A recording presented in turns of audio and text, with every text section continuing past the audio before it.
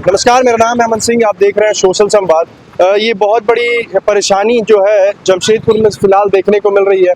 जिस तरीके से आप लाइन से देख सकते हैं, पीछे गाड़ियां खड़ी है और यही नहीं, यहाँ से आगे ग्वाला बस्ती पड़ता है, भुइयाडीह ग्वाला बस्ती, उधर भी गाड़ियां लंबी कतारों में खड़ी। आप मेरे पीछे देख सकते हैं किस तरीके से स्कूल के बच्चे जो है अब छुट्टी के वक्त अपने घरों के लिए प्रस्थान कर चुके हैं। लेकिन सबसे बड़ी समस्या एक आपको मैं दिखा दूं कि जिस तरीके से ट्रक के रोड पर खड़े होने के कारण किसी घर का चिराग मिट सकता है और किसी के घर सूना पड़ सकता है, उसी तरीके से ये बच्चे जो है देश का भविष्य है। जो भविष्य है, ये भविष्य हादसे का शिकार कभी भी बन सकते हैं, क्योंकि सरकार और प्रशासन इस पर ध्यान बिल्कुल नहीं दे रही है। लगातार ऐसी खबरों को चलाने के बाद भी प्रशासन की नज़र अनदेखी हो चुकी है और प्रशासन की देखरेखी में ही ये नो पार्किंग जैसी व्यवस्था बनती है। लगातार जो है जमशेदपुर में प्रशासन कार्रवाई तो कर रही है, लेकिन ये नो पार्किंग की व्यवस्था जो ऐसे ट्रकों का खड़ा रहना बनता है, जैसे कि आप देख सकते हैं एक ट्रक पार हो पा रही है, जबकि जगह 2 ट्रक पार होने का है, लेकिन एक साइड एक ट्रक खड़ा कर दिया गया है नो पार्किंग में और एक ट्रक की जो जगह दी गई है।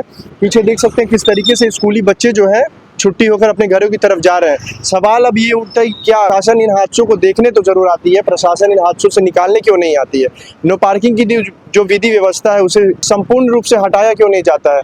जब कोई घटना इतनी बड़ी बन जाती है, जब वो विरोध से विद्रोह का रूप ले लेती है, तभी प्रशासन इसके ऊपर कार्रवाई क्यों करती है?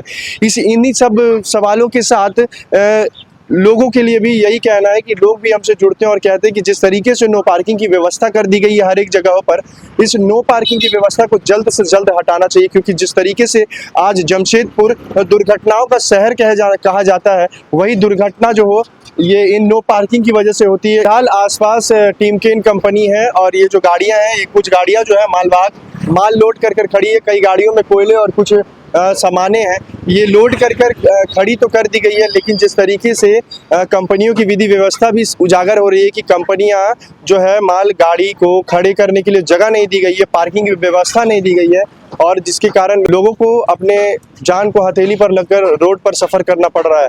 लगातार आपको भुइयाडीह में किस तरीके से हादसे होते हैं वो दिखता ही होगा। लगातार जिस तरीके से आप देखते हैं कि भुइयाडीह में लगातार ट्रक के नीचे कोई बाइक वाले आ जाते हैं या फिर किसी कार की टक्कर से दुर्घटना में मौत हो जाती है। इन्हीं सब कारणों के साथ आज भुइयाडीह का हाल ये है कि ये नो पार्किंग की विधि व्यवस्था ऐसी बनी हुई है और प्रशासन इस पर ध्यान नहीं दे पा रही है। इसके ऊपर सख्त से सख्त प्रशासन को ध्यान देना जरूरी है और सख्त से सख्त कार्रवाई करनी भी बहुत जरूरी है।